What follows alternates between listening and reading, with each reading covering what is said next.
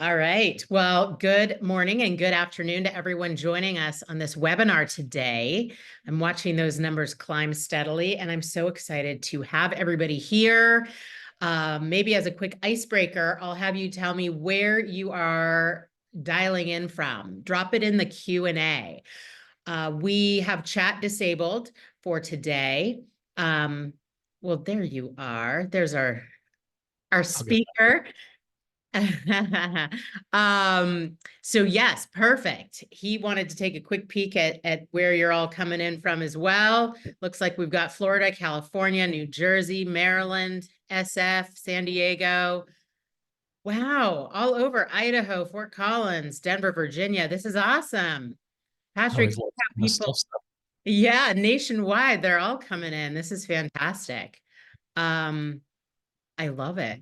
This is so great. So as a follow-up to what I was just sharing, please do drop any questions, any thoughts you have into the Q&A. That'll be the best place for me to monitor them as we go. My name is Carrie Scott. I work at Spruce Health, and I'm so excited to be able to have Patrick Casale join us today on the topic of neurodivergence. Quick look at the agenda. We're going to get to know Patrick. I think a lot of you know him. He is a powerhouse in this space, but we're going to just do the quick who he is. We're going to touch on what is Spruce for those of you who are new to us at Spruce.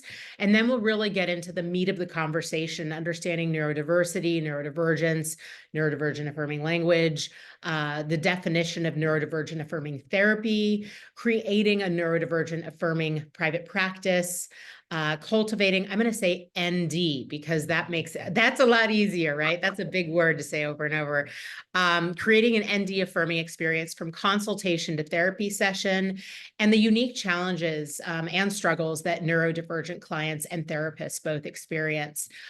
Those questions that you have, please drop them in as they come to you. We will answer as many as we can while we're going, and I'll save a bunch for the end as well. The session is being recorded. So if you miss anything, if you want to revisit this content, I will be sending out an email after we wrap with the recording and any other resources that Patrick mentions as we go. So don't worry about missing anything. All right, so the next slide, just to refresh you in case somehow you've forgotten, we are going to be talking about neurodivergence today. And Patrick Casale is an AuDHD therapist, a group practice owner, a coach, a podcast and retreat host, and a keynote speaker. I don't know how he finds the time to do all of this, but he does it. And we're excited to have him here. So just a quick rundown on this Renaissance man. So he is a group mental health practice owner of Resilient Mind Counseling and all things private practice, a coaching and consulting business for neurodivergent entrepreneurs who are looking to grow their business or scale, stabilize and strategize outside of the therapy room. I think anyone who's joined us before knows that Patrick has helped thousands of therapists grow, both as practitioners and to scale their practice. And it's from his coaching programs, it's from the retreats that he hosts. In fact, he just came back from one, and maybe he'll tell us a little bit about that. His All Things Private Practice podcast, which if you don't follow him on social, I encourage it. He has an incredible lineup, Facebook and beyond. He is the co-host of Divergent Conversations podcast, and he has so much to share on the subject. For those of you new to Spruce, Spruce is a healthcare communication platform, and it's designed for people just like you. It's developed for easy HIPAA compliance, and really in a nutshell, what it does is it consolidates all of your communication channels. So from business phone and fax and text to telemedicine, and it's in one unified solution. I always found it fascinating. When I first started with Spruce, someone said to me, it's like having your office in your pocket. And that really stuck with me. And I hear that a lot. The ease of use is really tremendous. And I know Patrick's going to speak to that a little bit, but that's us in a nutshell. And I don't want to waste any more time because there's so much good content today. And with that, I'm going to pass the torch to Patrick and let him get started. I'm going to dip back and turn my video off, but I'll be here to answer questions as we go. Thank you, Patrick. Thanks, Carrie, and thanks for having me again. I think this is maybe the 4th or 5th webinar that I've done with Spruce, And I will get out of this screen share for a second just so I can look at you while I'm talking because I feel awkward looking at my blank screen. Um, so I'm Patrick Casale, like Carrie said, and I'm in Asheville, North Carolina. I've been here for about 12 years. I'm an autistic ADHD therapist, group practice owner, coach, podcast host, retreat host. I don't know. I hate listing bio stuff. But this topic is near and dear to my heart for a lot of reasons. And weird timing enough, it is April 3rd today. So we're in the month of autism acceptance, and we're really talking about autism acceptance in general. We're starting to see a massive shift with the neurodiversity affirming movement that's happening, not just in mental health, but universally. I mean, on social media, everywhere you look, we're seeing things about neurodivergent affirming care, neurodivergent affirming messages, neurodivergent affirming therapy resources, etc. And I think we still have a long way to go because this movement feels pretty new, maybe for the last decade or so, but more so over the last couple of years, we're really seeing people come on into the therapy spaces, the social media spaces, etc., and taking up more room, talking about the things that we really need to talk more about. And as a group practice owner here in North Carolina, sorry, my dogs just got back from a walk. So if you hear panting, Shih Tzu and a Basset Hound just ran into the room.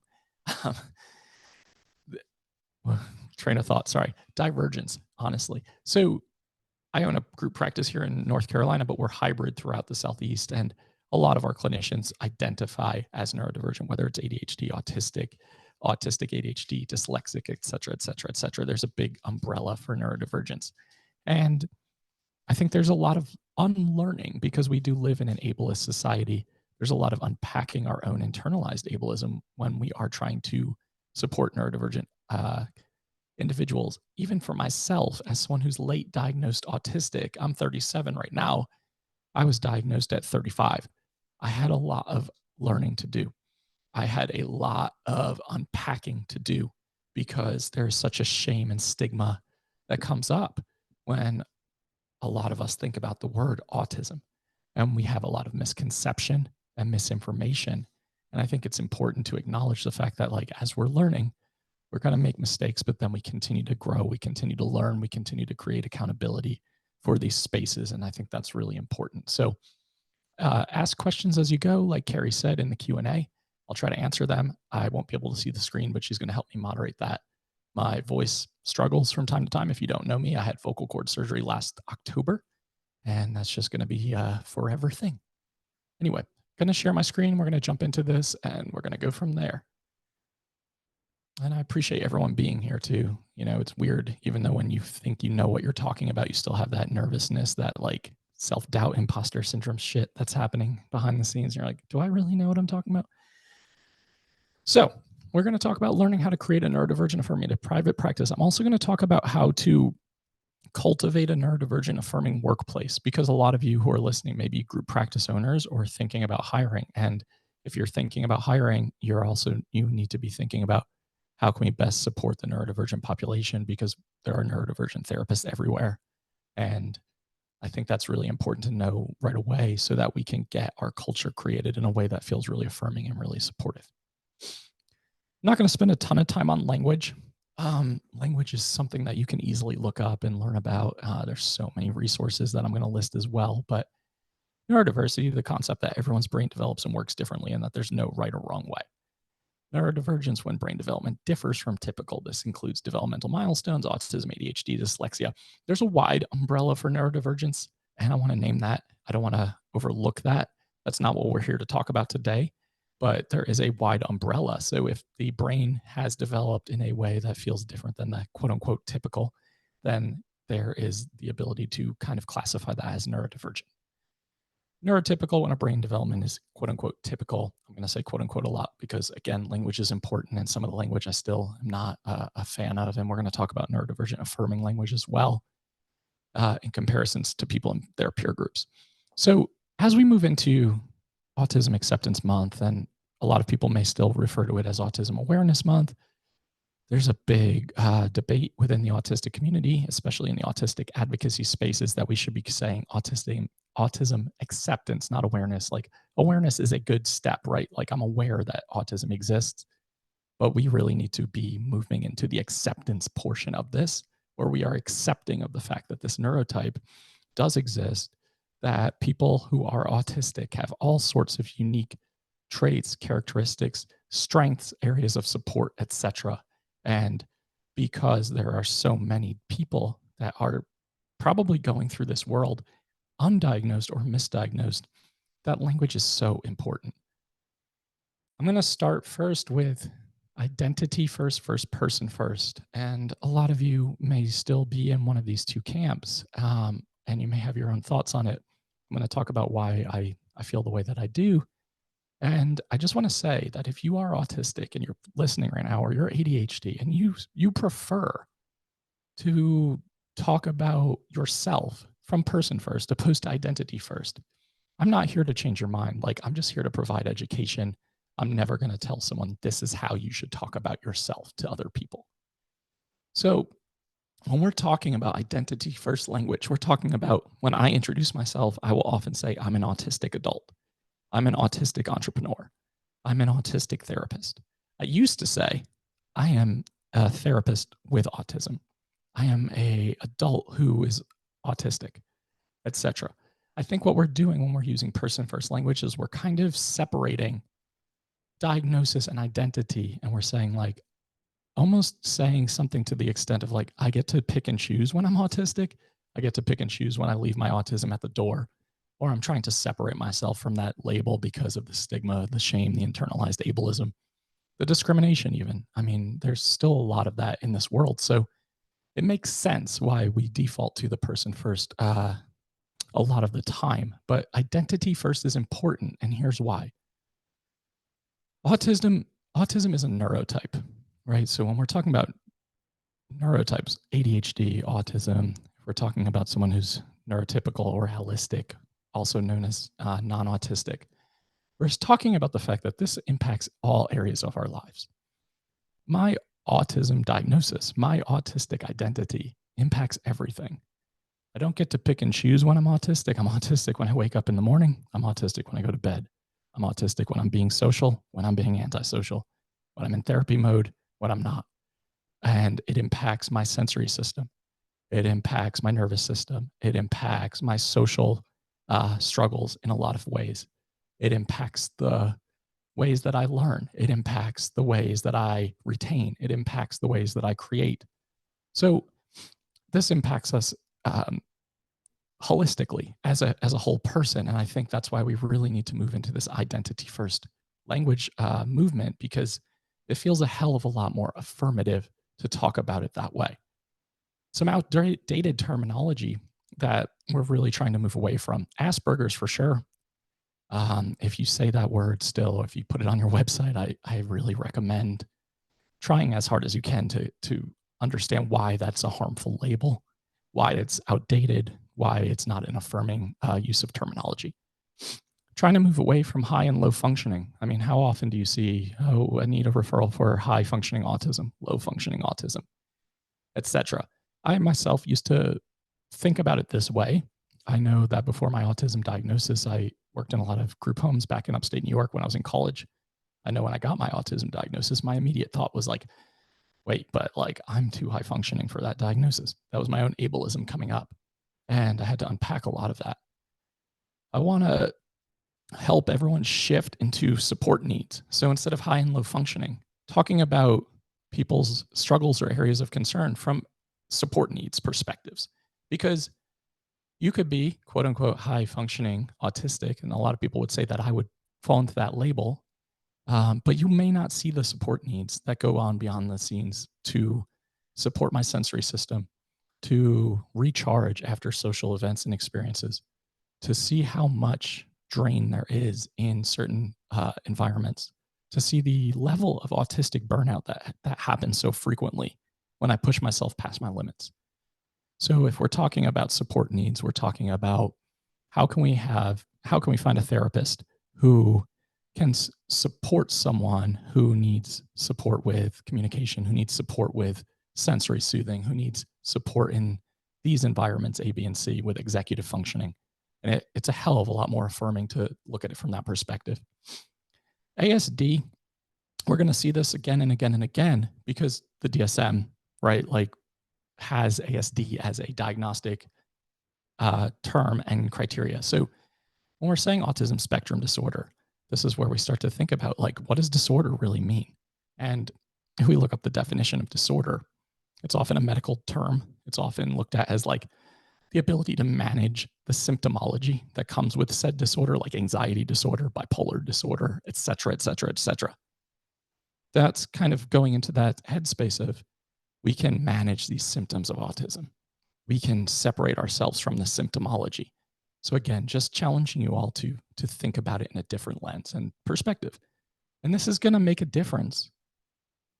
If your private practice is set up to support neurodivergent humans, your language on your website matters.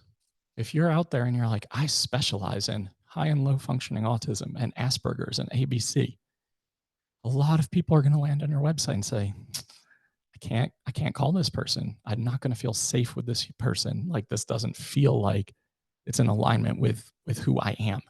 And I think that's why we need to listen to neurodivergent people. That means neurodivergent content creators, professors, therapists, researchers, etc. So that's kind of the cornerstone for a lot of this. Patrick, can I interrupt you for 1 sec? Yeah. Awesome. I have a couple of questions that may be relevant at this moment. The first one is, do you feel HSP assessment is a covert autism, as some imply, or indeed a different, separate, or perhaps at least related thing? It's a polarizing subject. So I have my own thoughts. I don't want to make generic black and white statements, but I do think that regardless of the way you view HSPs versus autistic people, you're going to see a lot of similarities and overlaps, which if we're talking about sensitive systems, including sensory systems and nervous systems, a lot of those struggle areas are going to look quite similar. And I think that I think that there are often times where we do use the label HSP because it's a hell of a lot less stigmatizing than saying I'm autistic. There's a lot less fear in openly proclaiming I'm a highly sensitive person than I'm an autistic person. So I do think that matters. And I think, again, I want to talk about safety because safety is important when we're using disclosure, especially for our folks who are BIPOC, who are trans, non-binary, etc. It may not be safe to unmask. It may not be safe to disclose. So I always want to put a big, big asterisk in everything we're talking about, acknowledging my own privilege in the ability to be pretty open about who I am and what I'm experiencing. That's great. That's great. I have another one if you're up for it. Yeah. Okay. This is from Sonia. For the low/high functioning descriptor, is there not an important functional use for this language? In my experience, it's highly different and communicates vastly different needs. Language matters, and not having this distinction may hinder determining a proper referral. I think we can say high and low support needs. I think that instead of saying functioning, because if we're talking, you'll see a lot of folks who are nonverbal, who get grouped into low functioning, but with the appropriate support needs can communicate in vastly superior ways than a lot of neurotypicals can. So I think it's important to just reframe that a little bit because there is an important distinction in terms of like, is this provider going to be set up to support this person? But I think it comes back to using the support needs language around it. Okay, good. And last one for right now. Can you speak to the phrase on the spectrum?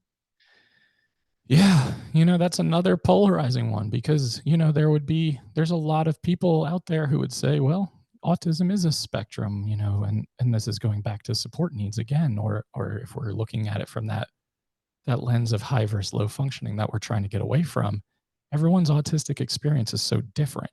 The thing that gets messy here, right, is like you'll see a lot of people who make the comment, well, everyone's a little bit autistic or everyone's a little bit on the spectrum. And that is so demeaning to people who are actually autistic, because autism and ADHD are disabling conditions. We can try really hard to act as if they're not. Sometimes that's from our own internalized ableism. If we're like, I'm going to overcompensate, I'm going to push myself to prove that I can do A, B, C, D, and E. I myself am guilty of that very often. The reality is not everyone is autistic. Not everyone is quote unquote on the spectrum.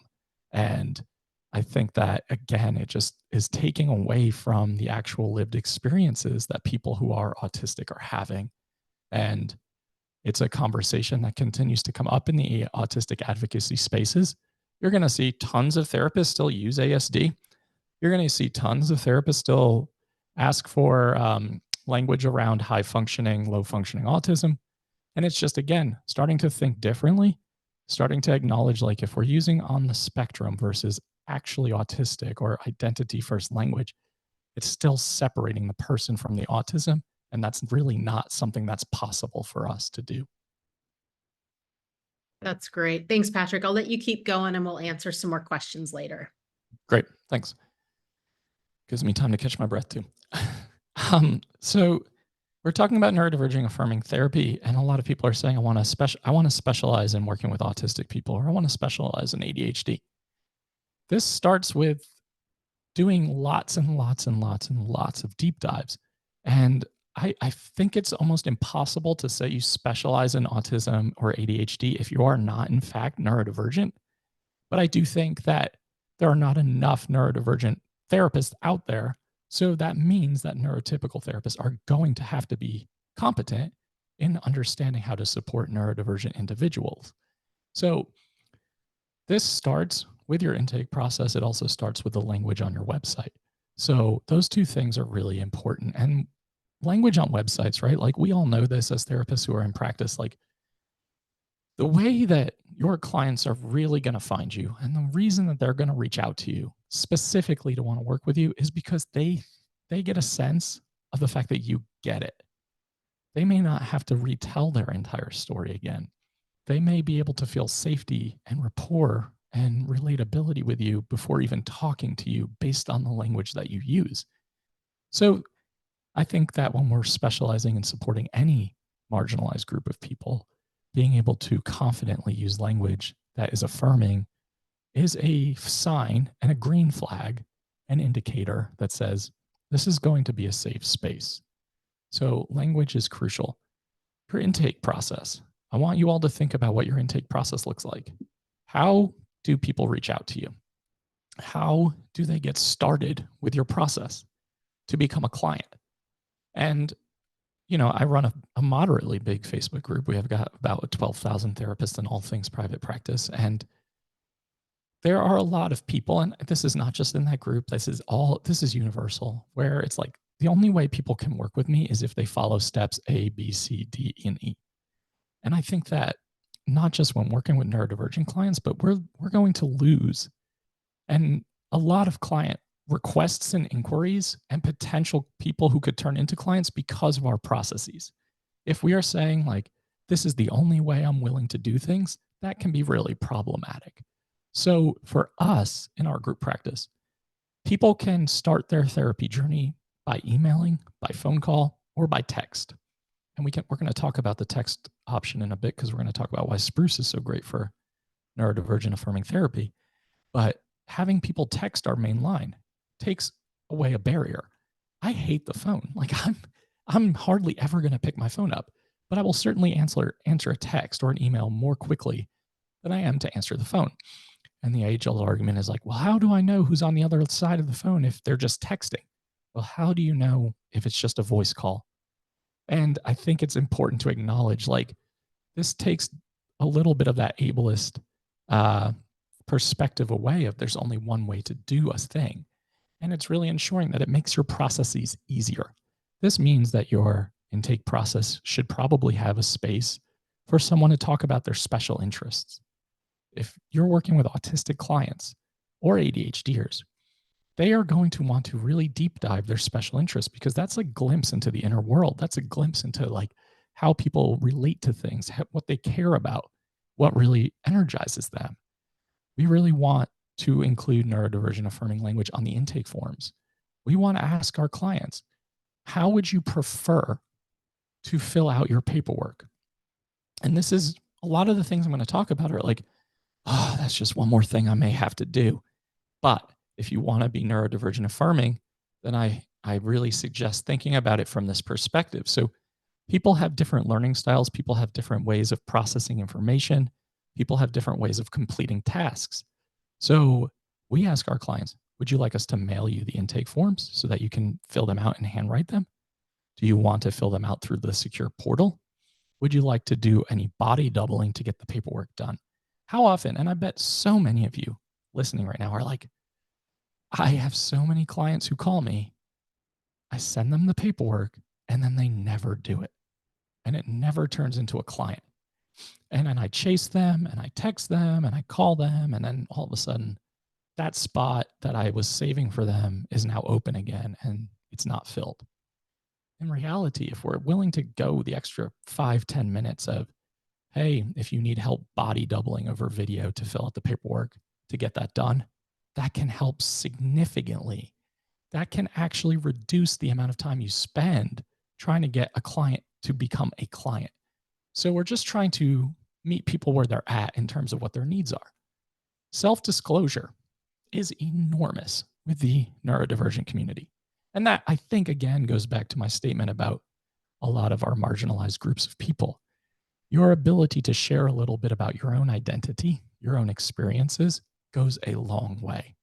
We have so many clients that call our group practice line or text who specifically request, I want an autistic therapist, I want an ADHD therapist, etc. I want a BIPOC therapist, I want a queer therapist. Our clinicians are empowered to use self-disclosure and identity-first language on their About Me pages, on their Psych Today, on their mental health match, etc., wherever they're listing their information. I'm going to go back to my asterisk from before, provided you feel safe enough to do so. Now, what this does is it allows for your autistic ADHD clients and your neurodivergent clients to know that they are not going to have to share certain parts of themselves that feel really challenging to share or really complicated. A lot of the autistic experience for myself and for a lot of people I talk with, one of the biggest areas of struggle is feeling misunderstood.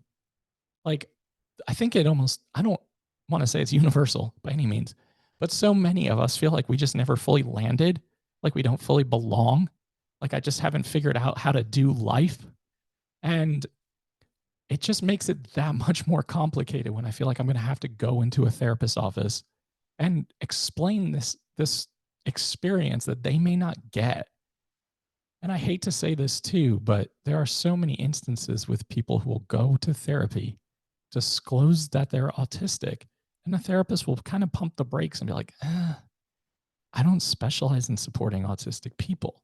So that is a further layer of barrier. And you're also probably ensuring that that person doesn't reach out for help again. So the more we can disclose, the more we can create rapport and safety.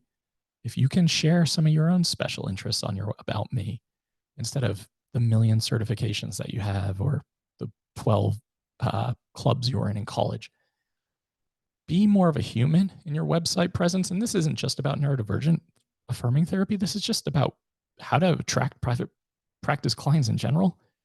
I've done webinars on this in the past, but the more human you can be, the more relatable you can be, the more you can share a little bit about your own struggles, the more likely it is you're going to find the right clients. So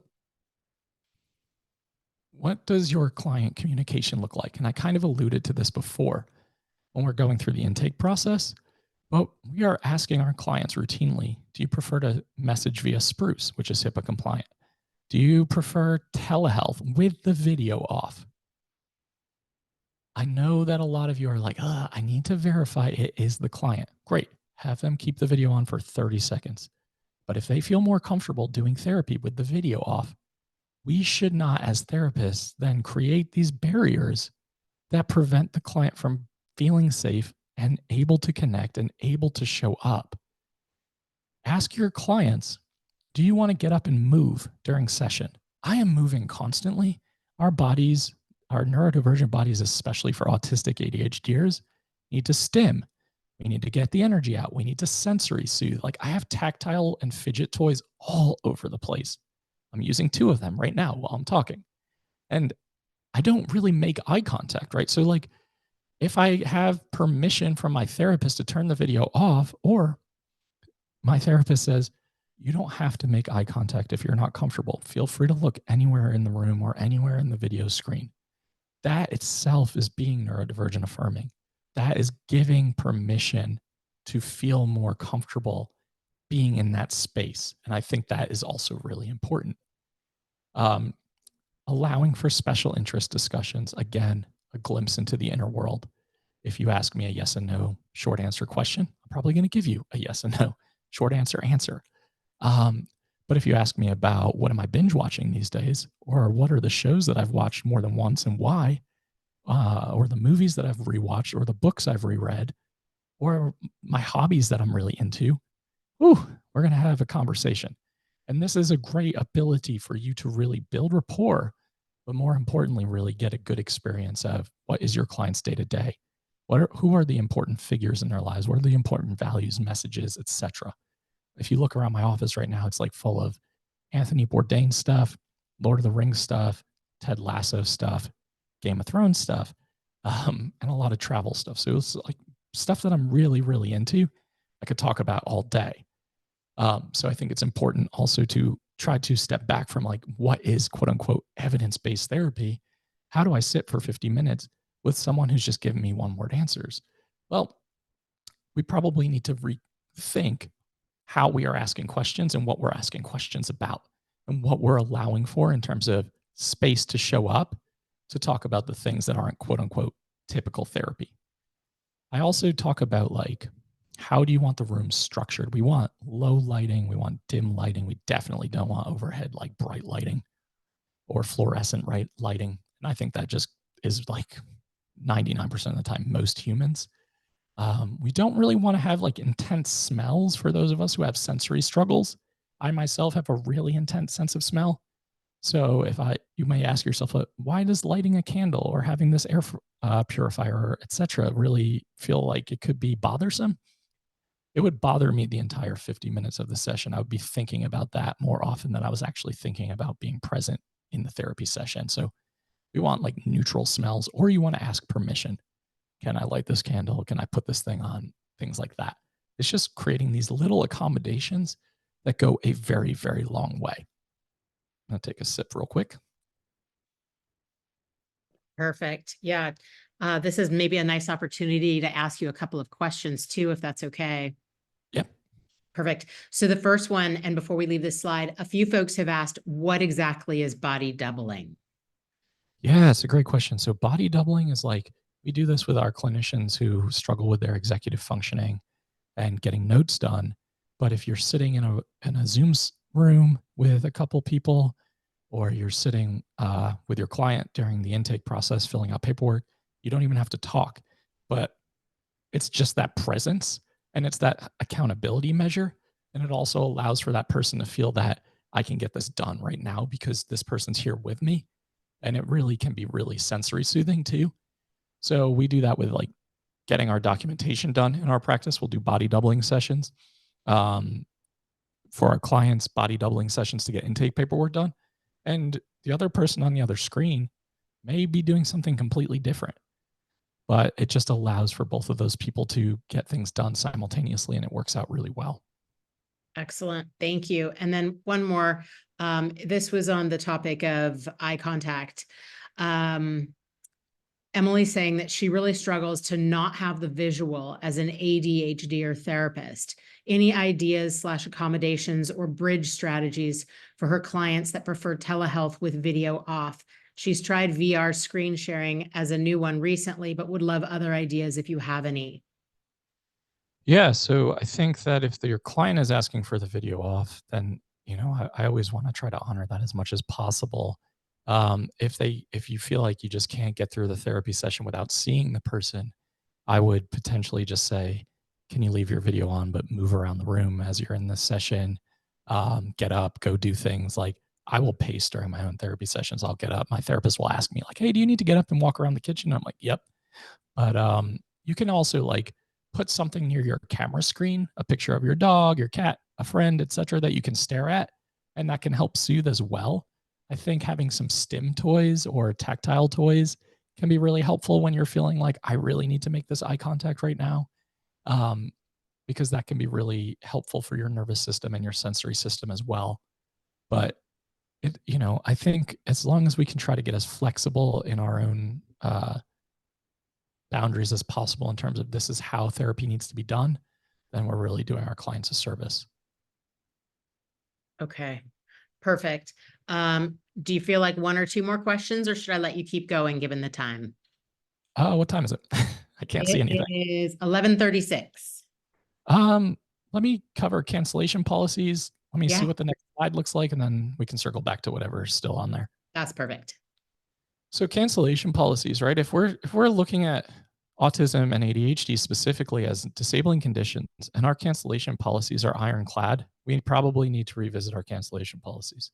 And what I mean by that is these are conditions, right, that can oftentimes require accommodations for school, for work, etc. So why would we make it any different in a therapy room? And that doesn't mean like just don't hold anyone accountable and just let people do whatever they want to you in your therapy space. But it does mean having flexibility around what are we going to do in terms of like what are our cancellation policies. This might mean for your ADHD clients specifically who might be struggling with time management a lot of the time, and autistic clients if they're really hyper focused in something, um, agreeing to a text method for your clients to know that they have a session in 5 minutes or 10 minutes, or that it's, if we make an agreement that I text you when it's 5 minutes past and you don't come by 10 minutes, okay, well, that's an accommodation that we're offering. But I would love to see some of you think about that in creative ways instead of just saying, my client didn't come, they didn't call, I'm charging them.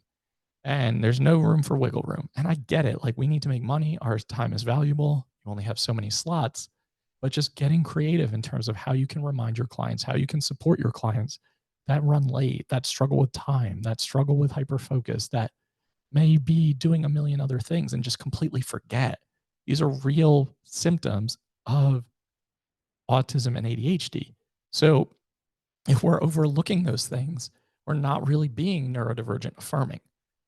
Um, Again, kind of touched on this already, and I think this is super important. And sensory soothing toys and fidgets, give your client permission, right? I can't tell you how many sessions I've sat in prior to diagnosis where I needed a fidget toy and I didn't bring one, or I didn't ask because I didn't want to distract the therapist. Now I will very often say, like, hey, do you need a fidget? And we have like big bins of fidget toys in our offices. So clients already know when they come in, hey, I can play with these. And just offering them that modeling of like, I'm going to play with one too. And I think that really helps alleviate a lot of stress and pressure too. Scroll through this one. Questions before we jump into hiring? Yeah, thank you for that. So some of this is going back to previous slides with respect to eye contact and such. Is that okay? Sure. Okay. So Marley's saying that she is an autistic therapist and also has trouble with eye contact. Most of her clients are not neurodivergent. And so she's wondering if there's a way for her to mention that she might not make the best eye contact. She feels a bit of shame as eye contact is considered a therapeutic skill valued in our society. Yeah, Marley, it's a great question. It is a therapeutic skill valued in our society, but valued in a society that is largely based on neurotypical standards and ableism. So for you to ask your clients or give yourself permission with your clients, I don't see that being any different than any other accommodation that we make for ourselves when working with our clients. So that might even be like those of you listening who are like, I've been in therapy sessions where I've had to pee so bad, but I've had to sit there and like almost explode. It's like, no, if you're a human being, right? So if we are giving ourselves permission to be human, it's giving our clients permission to be human. And I imagine that there are some of your clients who might present as neurotypical who may really welcome the alleviation of eye contact by you saying, hey, I'm an autistic therapist. I may not always make eye contact. I want you to know that's how I actually help or helps me focus and process information. That just means that you are actually paying more attention to what your clients are experiencing, opposed to trying to force yourself to make eye contact unbelievably uncomfortably, because I bet behind the scenes, then you're dissociating or you are struggling to pay attention because you're having such a hard time of it. That's great. Thank you for that. Here's another one. Lynn is saying that she works with teens and suspects that several are neurodivergent. What advice do you have on introducing a diagnosis for teens and parents? And in the same subject, a few folks have asked when one should go and get diagnosed, and also what your thoughts are on self-diagnosis. So many questions to answer. I know. My thoughts on self-diagnosis is that the self-diagnosis is totally valid. And I think that there's a lot of gatekeeping around diagnosis, who can diagnose, who can't. I would check out the website Embrace Autism if you want to do a self-diagnosis for yourself for autistic diagnosis. We have to think about, like, if the only way to get a diagnosis is neuropsych assessments, because that's what our profession says, then, and the wait times are 12 to 24 months, that is not affirming care. That's not minimizing how much effort and energy and education goes into that profession and license type, but people need to know this stuff without having to wait for 24 months to see a neuropsych. We're seeing a lot more mental health clinicians and social workers diagnose autism, ADHD. It is kind of state dependent based on lobbying efforts, and I'm not going to go into that right now, but self-diagnosis is totally valid. Now, there is obviously more nuance. I'll just say this, than watching a 60-second TikTok on what autism is, or 3 symptoms that people experience who are autistic, versus like doing some more work than that. But that is certainly a good way to pique interest, to say, hey, I relate to that. Maybe I should do some like self-diagnostic measures. Maybe I should seek out diagnosis formally. I think that the other question was, when should we get diagnosis or pursue it? We talk about grief relief a lot on Divergent Conversations, about like the grief of diagnosis and what life could have been like had I known previously to 35 or prior to 35, and the relief of knowing, because it's almost like you see the world through a completely different lens, and that things start to make sense. And the rate of suicidality for autistic people and ADHD people, but more so autistic people, is quite high. And a lot of that is going to be because of ableism, neurotypical standards, like being unable to work in neurotypical work environments, et cetera, et cetera, et cetera. Discrimination, sometimes violence. But a lot of it is also because there's this feeling of, I don't belong here. And why would we not want to prevent that by offering more diagnostic ability, and pursuing diagnosis early on can really help alleviate a lot of stress. It doesn't change anything. I mean, the neurotype doesn't go anywhere. Like, I was autistic when I was 4, I'm autistic when I'm 37. So it doesn't change anything, but it gives you a different lens to see the world through. And it's quite a bit more affirming to just have that aha epiphany moment. Now, there are risk factors to diagnosis. I don't have time to go into that right now. So you can't emigrate to certain countries as an autistic person.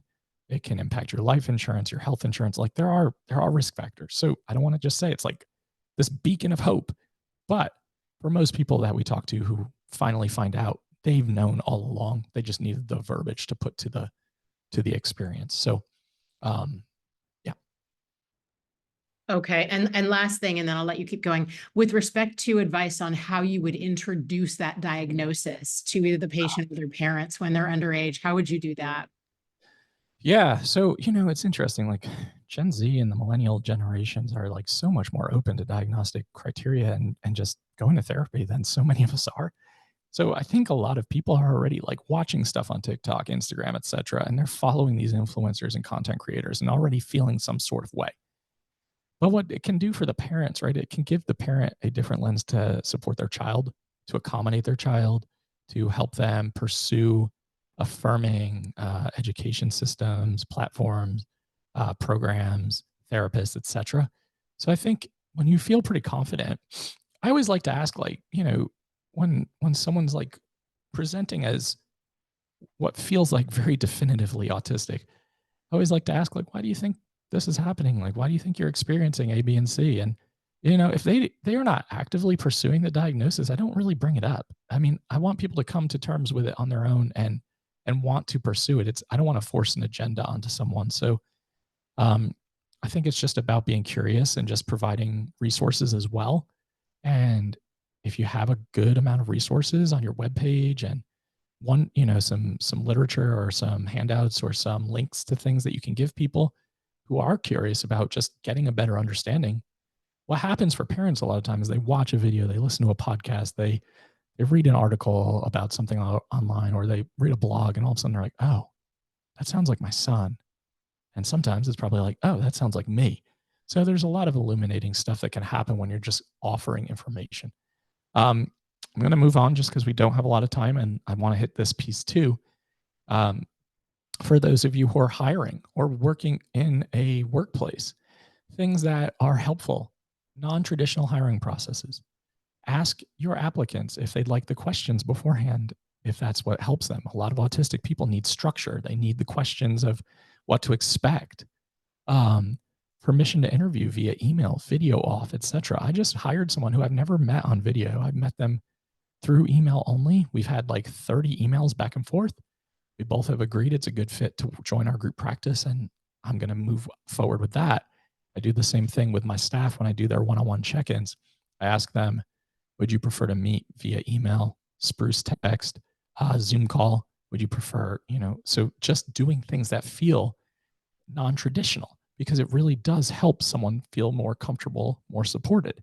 And to me, that's a hell of a lot more important than saying, this is how we do things here. And that just doesn't work for most neurodivergent folks. Non-traditional schedules. I don't sleep well. A lot of neurodivergent people do not sleep well. We're up late. Our brains are going at night. We may struggle to fall asleep. We may struggle to stay asleep. I don't start my day before 11 a.m. I don't. When I hire clinicians, I say, yeah, our requirement is you see X amount of clients a week. I don't care when that happens. I don't care if it happens in 2 days. I don't care if it happens on the weekend. I don't care if it happens in the evening. Like, that to me does not matter whatsoever. And again, discussing communication styles and preferences, I let people know during interview, during hiring, I'm autistic. I can come across as like very direct. I just want you to know that. How do you prefer to communicate and receive communication? How do you prefer to receive coaching? So having this open dialogue and really supporting everyone's neurodivergence and neurodiversity within the workplace.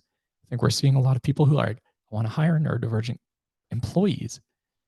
And that's great. I love seeing that. There's so many unique strengths and gifts that come with the neurodivergent experience. But is your culture, your interview process, your hiring process, your workplace culture set up to support neurodivergent people?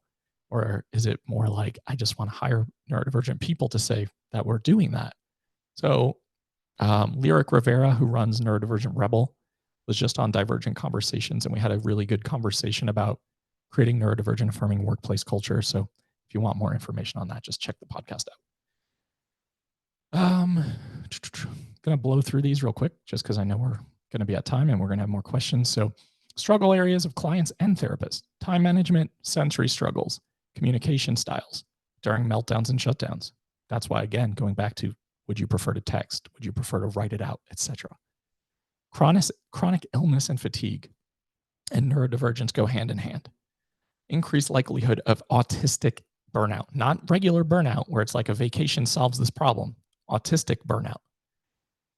RSD, or rejection sensitivity dysphoria, having intense reactions to critique and criticism or perceived critique and criticism. These are all struggle areas. And since we don't have hours to go through this stuff, check out my podcast. We'll talk about all of this, and it'll be a hell of a resource for all of you. Because we're with Spruce, I want to talk about Spruce and neurodivergent support. Schedule sending messages within the platform. It's a lifesaver for me. When I have an idea at 2 a.m. that I want to tell my client about or my staff, instead of texting them or forgetting, I can send that message so that they receive it the next morning at 9 a.m. HIPAA compliant texting, like we talked about already, like texting with clients, texting with staff, being able to do so safely and securely, having the ability to have inter office communication, paging your clinicians within the Spruce threads so that they are up to date with things, HIPAA compliant telehealth. Again, all sorts of ways to make your practice as accommodating as possible. Questions while I leave this resources tab up? Yes, perfect. And actually a great segue, because I'm going way back to the beginning of when you first started presenting, and we did have someone ask if you have a favorite resource for guiding patients completely new to or highly resistant to the concept of neurodivergence. I think it depends on what kind of media they want to absorb. If they listen to podcasts, I'm maybe feeling biased, but I really like my podcast. Like the podcast that I co-host with Dr. Neff, who runs Neurodivergent Insights, Divergent Conversations. Oops, that's not what I wanted to do. Sorry. Thought I could double click on that and highlight it. Divergent Conversations, we're talking about life experiences as autistic ADHDers, but we're also talking about everything we talk about from a clinical lens simultaneously. So it allows for both perspectives. Megan is a highly educated, acclaimed author, researcher, etc. So and she runs Neurodivergent Insights, which has a ton of infographics, Venn diagrams, misdiagnosis Mondays, etc. That stuff can be so helpful because there's so many things that look like other things. That's why autistic adults are diagnosed as borderline or bipolar or anxiety disorders, etc., throughout life, because there's so much overlap. So being able to really suss that apart. So I would say Divergent Conversations for podcasting. Neurodivergent Insights is what Megan runs, and her website is phenomenal, both for clinicians and for just every human. The Neurodivergent Rebel stuff that Lyric runs is great. Fidgets and Fries is Tiffany Hammond, who's a BIPOC advocate in the autistic spaces and author. Unmasking Autism by Dr. Devin Price is one of the best books I've read in the neurodivergent spaces. I've read that when I first got my autism diagnosis, and it felt like everything fell into place. Megan just released Self-Care for Autistic People, which is great. Neuroclastic is a great resource, and this is a great resource for clinicians, but for other people as well, but really for clinicians. The book Is This Autism by Dr. Donna Henderson. She was on our podcast. We did a series where we interviewed people with different neurotypes. We did an Ask an ADHDer, Ask an Autistic, Ask an Allistic, etc. She goes into such great detail about the differentiation between is this autism or is this ADHD? Because autism, ADHD often are co-occurring, but there are so many similarities and also so many ways to tell them apart. I can't recommend that enough. Okay, great. Here's another one. So this person is saying that they hear you using the word autistic, and they have always redirected their staff when they use what is called ICS. Isn't saying autistic the same as saying schizophrenic, anorexic, diabetic, and it's labeling. People are not their diagnosis. Why not say a person with autism? This goes back to that slide on identity first language versus person first language. And identity first language is, I would say, I am autistic, he is autistic, etc. If you say a person with autism, you are separating the person from their neurotype. A neurotype is not the same as a disorder like bipolar, anxiety, schizophrenia, etc. Okay, perfect. Let's see. Gosh, there are so many good questions. Let's see here. Can you speak on not wanting to create barriers by turning individuals away who are autistic, but you don't feel completely confident in all the things people with autism experience and struggle with? Yeah, deep dive those resources, deep dive like autistic specific books, like authored by autistic people. Pay attention to autistic people on social media that are content creators. There are so many ways to learn about autistic experiences. And you can ask your clients, like, what are some of your favorite resources? What books are you reading in the autistic spaces? What content creators are you paying attention to? that can really help inform, that can help you learn alongside your client and bring up some of the conversations that are happening in the literature, in the books, in the content. Okay, terrific. Meredith is saying that regarding neurodivergent therapists, as practice owners and clinicians, how do we balance the realities of timely notes being difficult for ADHDers with the time-sensitive compliance liabilities? How to support a clinician who is 30 notes behind? Yeah, that's kind of why I talked about body doubling, like Meredith. We do weekly body doubling. So you can start doing that and offering that for your clinicians. So it can be a nice shame-free way to get caught up on documentation. And then once people are caught up from those 30 notes behind, hell, I've heard stories of hundreds of notes behind. Um, Once you're caught up, right, and at a good place, you can create a consistent weekly 1 hour Zoom drop-in body doubling session, and people can just come into it to do documentation, to do treatment summaries, to finish anything that's kind of tied up and on the table that are loose ends. Okay, perfect. With respect to clients that show signs of autism but never talk about it, what's the best way to approach this conversation with them? I think again, just we kind of touched on this before, but just being curious and asking the client why do they think they're experiencing A, B, and C? Do they have any ideas of what could be happening? Are they interested in potentially exploring learning about neurodivergence? Are they interested in exploring autism, ADHD? Let them say yes or no. If they say no, I have no interest in it. Okay, that's fine. Like I remember working as a clinician when you'd have someone who fits every single criteria marker for anxiety disorder. And you're like, do you feel like you have anxiety? And they're like, no. And you're like, huh, Mhm. okay. But if I can like describe the symptomology of anxiety without saying anxiety, then they're like, oh yeah, that does sound like all of those things are what I'm experiencing. So I think it's about how we talk about things too. Okay. Is there a good resource online to take an autism self-assessment test? Yeah, I always recommend the website Embrace Autism. They have a lot of good self-assessment tests and tools and screeners on there. Okay, good. Embrace autism. Um, and AC, your question came through about putting the links up for those QR codes. I'll be sharing the slides when I send out the email later today. And I can also send the links so it's easy for you to get to. Cool. Let's see here. Is there a good in-depth training that you would recommend to improve competency? Oh man. Cascadia has a lot of good trainings. Matt Lowry has a lot of good trainings and master classes. Um, Dr. Neff has a lot of master classes in her membership.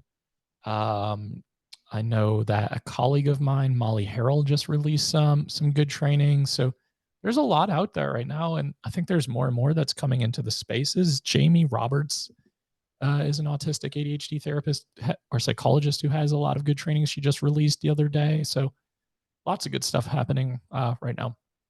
Okay, perfect.